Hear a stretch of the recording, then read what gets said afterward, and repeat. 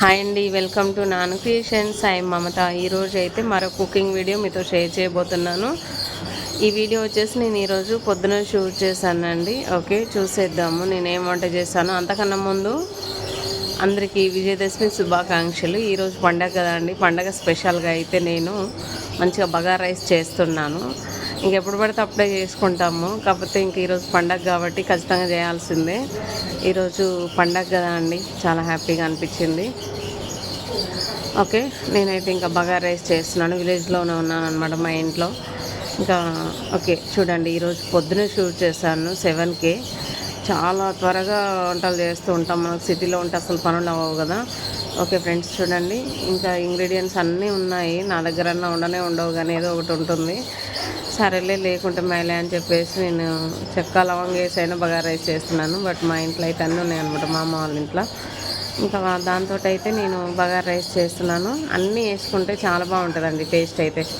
కాకపోతే పచ్చిమిర్చి లేదు, పచ్చిమిర్చి లేకపోతే చూడడానికి లేవండి పచ్చిమిర్చి అయితే. ఓకే ఫ్రెండ్స్, ఇక్కడైతే నేను అల్లం పేస్ట్ వేస్తున్నాను. చూడండి ఎంత ఫ్రెష్గా ఉందో అల్లం అయితే, ఇంకా చాలా బాగుంటుంది ఫ్రెష్ వేసుకుంటే.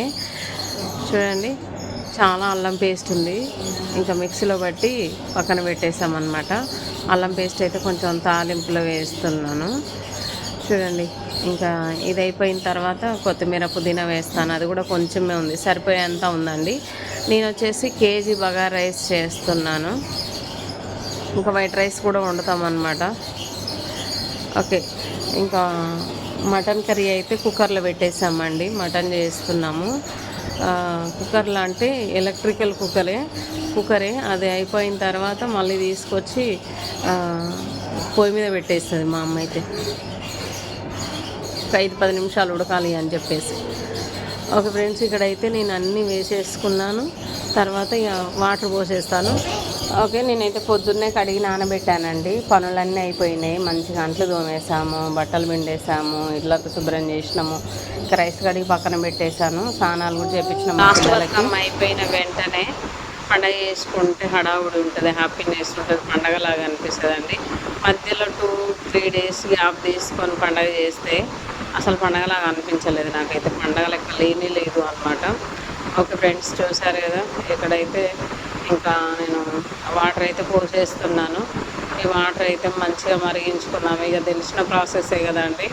కానీ సిటీ పల్లెటూరు ఏంటంటే వాటర్ అయినా సరే, నెక్స్ట్ ఆ టీ అయినా సరే, ఈవెన్ కాఫీ అయినా సరే, పాలు చాలా డిఫరెంట్ ఉంటుందండి దానికి దీనికి.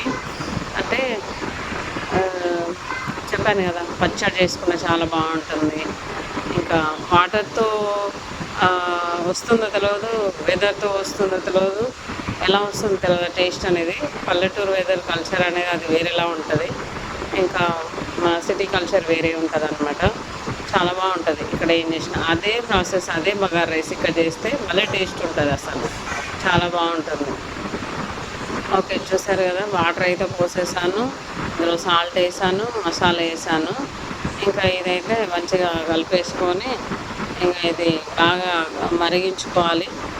మరిగించుకున్న తర్వాత నేనైతే ఇంకా నానబెట్టిన రైస్ అయితే వేస్తాను అనమాట. ఓకే ఫ్రెండ్స్, చూసారు కదా, ఇంకా మా అమ్మ అయితే రైస్ వేస్తుంది. నేను రైస్ వేయలేను, ఎందుకంటే కెమెరా పట్టుకోవాలి, రైపొడి తెచ్చుకోలేదు. అందుకని చెప్పేసి నేను మా అమ్మ హెల్ప్ తీసుకున్నాను అనమాట. ఓకే ఫ్రెండ్స్, రైస్ అయితే మంచిగా కలిపేసుకొని ఇంకా మూత పెట్టేసుకున్నాం. మంచిగా ఉడుకుతుంది. అది ఒక జస్ట్ 5-6 నిమిషాలలో నా బగారా రైస్ అయితే రెడీ అయిపోయింది. ఓకే ఫ్రెండ్స్, చూసారు కదా, మంచిగా ఉంది చూడడానికి, స్మెల్ కూడా బాగుంది అనమాట.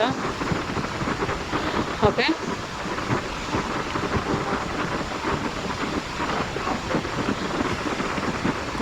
ఇది వచ్చేసి మటన్ కర్రీ అండి.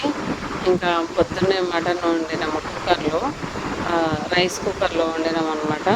అది ఆంచి తీసుకొచ్చి మళ్ళీ ఒక గిన్నెలో పోసి ఏమంటారు, గ్యాస్ మీద పెట్టేసింది.